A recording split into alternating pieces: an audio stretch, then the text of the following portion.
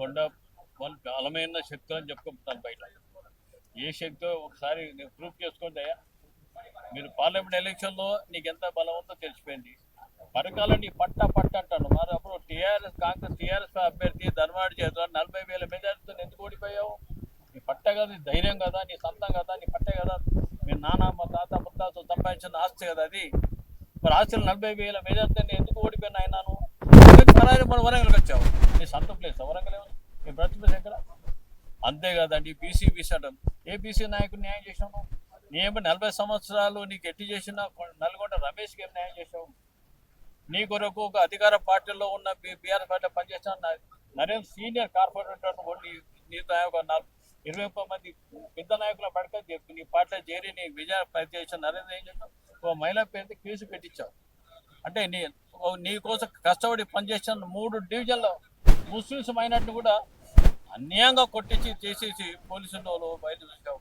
అంటే నీకు ఎవరు సైన్ పెట్టినా మైనార్టీలంటే కోపమే, బీసీలంటే కోపమే, ఎస్సీలంటే కోపం, అందరూ కోపమే. ఏమంటే నేను రెడ్డినే రెడ్డి. అయ్యా నువ్వు ఎవరి పని చేసినావు?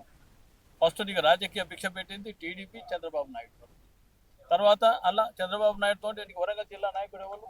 ఎర్రబెల్లి దయాకర్ తిడుతా అంటావు. అంటే ఒక నాయకుడు తిడుతాను హీరో అంటావు. అది నీ కల్చర్, అది నైజం ఇది. అయ్యా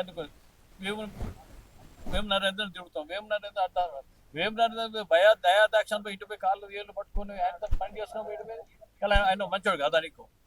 ఆయన మా జిల్లా నాయకుడు, మా జిల్లా ఎవరిపోయినా సాయం చేస్తాడు. ఆయన కూడా నువ్వు పెడతా ఎంత రెడ్డి అని. మరి ఆ రెడ్డి దగ్గరికి మరి ఎందుకు పోతున్నావు, ఎందుకు బతిలాడుతున్నారు? ఇది చిన్న విషయమైన ట్రాన్స్ఫర్స్ కానీ కేసులో కానీ ఇంకేమైనా అవసరం ఉంటే క్యాబినెట్లో పోయి కలుస్తున్నా కదా.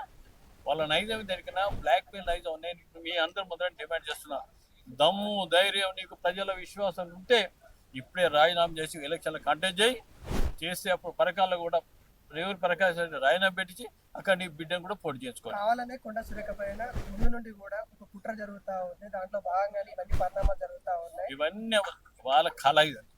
ఇప్పుడు మీడియా మిత్రులు మీరు కొత్త కాదు, మీరు ఏ రాజకీయ పార్టీ కానీ ఏ వ్యక్తుల పార్టీతో సంబంధం కాదు. మీరు మీడియా మిత్రులందరూ కూడా ప్రజలకు ప్రభుత్వానికి నియమే ఒక వారధులు. వాళ్ళకి మనోధైర్యం కల్పించడానికి మీడియా మిత్రులంతా వచ్చారు. రియల్గా మీరు వరంగల్ సర్వే చేయండి. మీరే చెన్నారెడ్డి మీద మాట్లాడే వాళ్ళ రాజగోపాల్ రెడ్డి మాట్లాడే ఇంకా ఎంత పెద్దోళ్ళైనా సరే మీ అందరూ మాట్లాడడానికి ఇలా అందరూ ఎమ్మెల్యే అందరూ అందుబాటులో జమ అయ్యి అందరం దానికి ఎవరు వదిలిపెట్టి ఆ పార్టీకి క్రమశిక్షణకు అందరూ బద్దులమే. Subscribe us and press the bell icon for more interesting updates.